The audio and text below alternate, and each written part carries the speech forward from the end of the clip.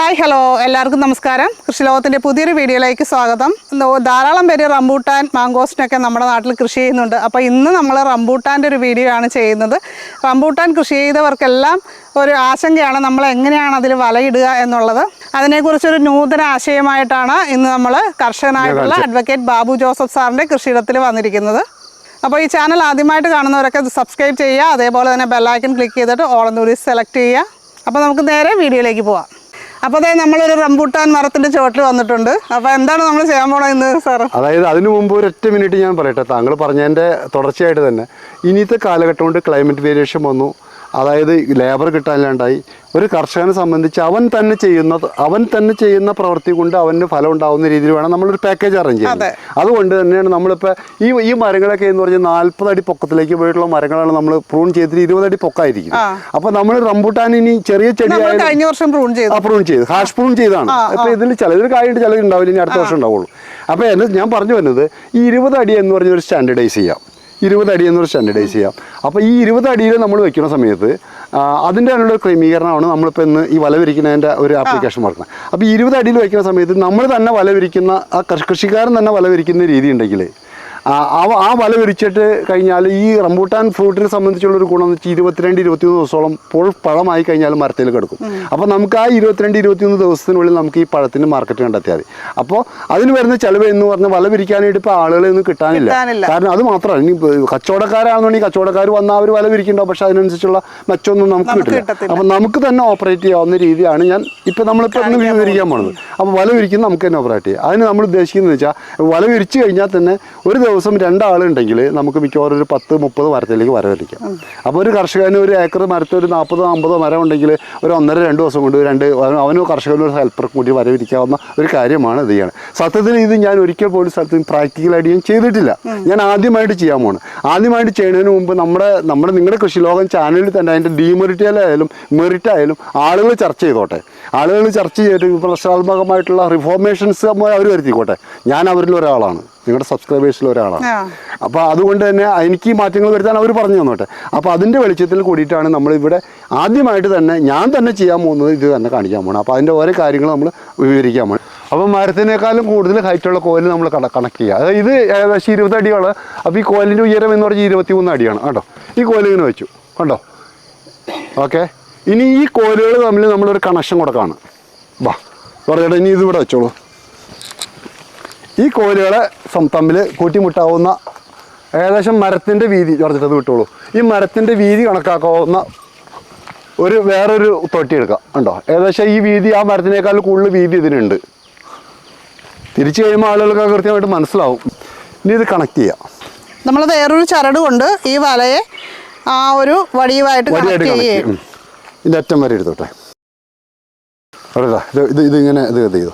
Normally ഇപ്പോൾ നമ്മൾ വെക്കുന്ന ഹൈറ്റ് എന്ന് പറയുന്നത്, ഇപ്പോൾ ഞാൻ പുതിയതായിട്ടൊരു റംബൂട്ടാൻ റീപ്ലാന്റ് ചെയ്തിട്ടുണ്ട്. നമ്മൾ 20 അടിയിലേക്കും പോകാൻ ഉദ്ദേശമില്ല. ശരിക്കും ഒരു 16 അടി 17 അടിയിൽ ഒതുക്കാൻ കഴിഞ്ഞിട്ടുണ്ടെങ്കിൽ വല വിരിക്കൽ ഒന്നുകൂടി സിമ്പിളാണ്. നമ്മൾ മാക്സിമം 20 അടി എന്ന് പറയുന്ന ആ ഹൈറ്റിന് നമ്മൾ ഒരു മെൻഷൻ ചെയ്ത് പറഞ്ഞു മാത്രമേ ഉള്ളൂ. അപ്പോൾ 20 അടി വന്നാലും നമുക്ക് കുഴപ്പമില്ല, ആ രീതിയിൽ ചെയ്യാം.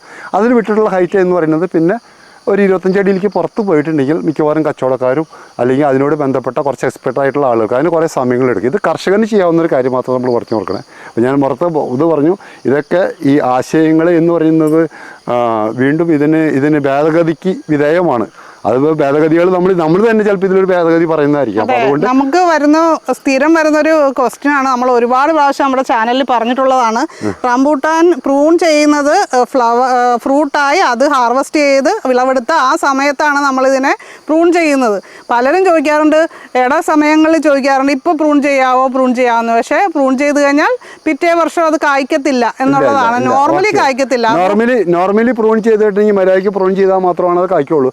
ഇതിപ്പോൾ നമ്മൾ ഹാഷ് പ്രൂൺ ചെയ്ത് കഴിഞ്ഞാൽ ഒരു വർഷം, അതായത് കടുംവെട്ട് എന്ന് പറയും, ഏകദേശം ഈ കനത്തിലുള്ള തടി നമ്മൾ വെട്ടിക്കളഞ്ഞേക്കാണ് ഇതിൻ്റെയൊക്കെ. സാധാരണ രീതിയിൽ കായ്ക്കാൻ പാടില്ലാത്ത, പക്ഷേ ഈ മ്യൂട്ടേഷൻ ജനിതക മാറ്റം എന്ന് പറയുന്നത് നമ്മൾ വിചാരിക്കുന്നതിൻ്റെ അപ്പുറത്താണ്. അതുകൊണ്ട് ഇതാ ഒരു മരത്തിൽ കേട്ടോ അതിൽ കടുംവെട്ട് വെട്ടിയേക്കാം, അതിൽ കായുണ്ട്. അതിന് എനിക്ക് വിശദീകരിക്കാൻ പറ്റില്ല, അത് ദൈവത്തിൻ്റെ വികൃതി എന്ന് മാത്രമേ പറയാൻ പറ്റുള്ളൂ. നമുക്ക് ആരംഭിക്കാം. ആ സമയത്ത് നമ്മൾ പ്രത്യേകം ശ്രദ്ധിക്കണം കേട്ടോ, ഡയറക്ഷൻ മാറിപ്പോകരുത്, അല്ലെങ്കിൽ വലകൾ കെട്ടിപ്പടയും. ഇവിടെ ഇട്ട് വെച്ചേക്കാം. ഇനിയാണ് നമ്മൾ ഇതിൻ്റെ പ്രധാന കർമ്മം വരുന്നത്.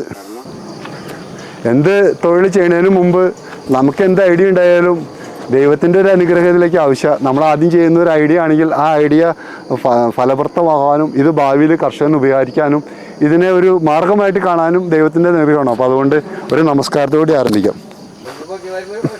ആ, അങ്ങനെ ഞങ്ങളുടെ വല പൊങ്ങുകയാണ് കേട്ടോ. സഹായിച്ചോ? ആ, പൊന്തിച്ചോ പൊന്തിച്ചോ പൊന്തിച്ചോ. ആ, ഓക്കെ. ഇനി നിങ്ങൾ പിടിച്ചോട്ടെ. ഞാൻ ഈ സാധനം കൊണ്ട് അങ്ങോട്ട് നടക്കാണ്. ആ, ഞാൻ നടക്കാനുണ്ടോ? പിടിച്ചോട്ടാ. ആ, ഞാൻ പടിഞ്ഞോട്ടെ പോണേ. ഓക്കെ. ആ, യെസ്. ആ, പോന്നോട്ടെ പോന്നോട്ടെ പോന്നോട്ടെ പോന്നോട്ടെ. ഇനി ഇങ്ങനെ ഇത്ര വെച്ചില്ലേ, ശിവൻ ചെന്നിട്ട് അതൊന്ന് നേരെയാക്കാം, എന്നാലും അതുകൊണ്ട് കറക്റ്റായിട്ട് വരുള്ളൂ. ആ, കറക്റ്റായിട്ട് വരുള്ളൂ. അപ്പോൾ അത് കുഴപ്പമില്ല, കരട് പ്രശ്നമല്ല. നമ്മളിപ്പോൾ വല പോയാലും കുഴപ്പമില്ല, നമുക്ക് ടെക്നോളജി കാണിക്കണം എന്നുള്ളതാണ് നമ്മുടെ ഉദ്ദേശം. പൊക്കി കിടത്താണ് കവർ ചെയ്ത് പോവാണ്. ഒരു 1 2 3. Okay okay. ഒരുമിച്ച് പോ. മുന്നോട്ട് പോ. ആ, മുന്നോട്ട് പോ.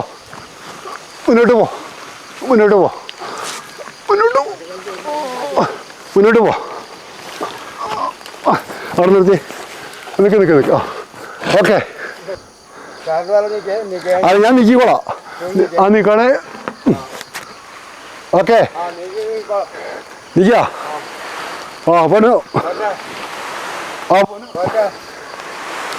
പോനു. ഇനി ഞാൻ കുറച്ച് അടുപ്പിക്കും, നടത്തട്ടെ കേട്ടാ. പോനു. ആ, ഓക്കെ.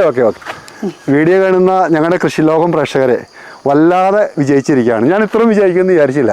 ഞാൻ ഇങ്ങനൊരു ഐഡിയ മനസ്സിൽ കണ്ടു, പക്ഷേ ഇതിന് മുമ്പ് ഞാൻ ചെയ്തിട്ടില്ല എന്ന് പറഞ്ഞല്ലോ. ദൈവാനുഗ്രഹം കൊണ്ട്, നിങ്ങളുടെയൊക്കെ അനുഗ്രഹം കൊണ്ട് വിജയിച്ചിരിക്കുകയാണ്. വെറും 15 മിനിറ്റ് കൊണ്ട് നമ്മളെ വല വിരിച്ചു കഴിഞ്ഞു. മനസ്സിലായോ? ഇനി എന്താണെന്ന് വെച്ച് കഴിഞ്ഞാൽ തോട്ടി അവിടുന്ന് ഡിസ്മാൻഡിൽ ചെയ്യേണ്ട കാര്യമുള്ളൂ. ഇത് കൂട്ടി കെട്ടേണ്ട ആവശ്യമുള്ളൂ. തഴക്കിട്ടോ. അതും പിടിച്ച് അഴിച്ചു. മതി. ഇനിയിപ്പോൾ ഈ റോഡിലുള്ള ഈ കെട്ട് അഴിച്ചു വിടാണ്. കണ്ടോ, അഴിച്ചു വിട്ടു. തോട്ടി ഇടുക. ഇനി എടുത്തു. അപ്പോൾ നമ്മൾ ഓൾറെഡി വല വിരിച്ചു കഴിഞ്ഞു. ഇനി കാര്യം ഈ കെട്ട് അഴിച്ച് മാറ്റി ഈ തോട്ടി എടുത്ത് വയ്ക്കുക. അല്ല, ഇനി അടുത്ത മരത്തിന് ഇടാണ്ടെങ്കിൽ ഇതേപോലെ തന്നെ വീണ്ടും അങ്ങനെ ചെയ്യുക. നമ്മൾ ഒരു മരത്തിന് ഇടണമെങ്കിൽ ഇത് അഴിച്ചിട്ട് വീട്ടിൽ ഈ തോട്ടി എടുത്ത് വയ്ക്കുക.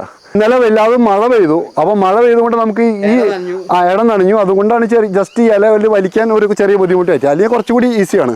അല്ല, ഇതിൽ കൂടുതൽ ഈസിയിൽ ചെയ്യാൻ പറ്റില്ല, അത് വേറെ കാര്യം. ഇത് ചെയ്യുന്നത് എൻ്റെ കൂട്ടുകാരനും എൻ്റെ ഈ ഫാമിൻ്റെ മാനേജറായിട്ട് മിസ്റ്റർ ജോർജ് തൊമ്മാനെയാണ്. ഇദ്ദേഹത്തിൻ്റെ ഒരു പകുതി ഐഡിയയും കൂടി ഇതിലുണ്ട്.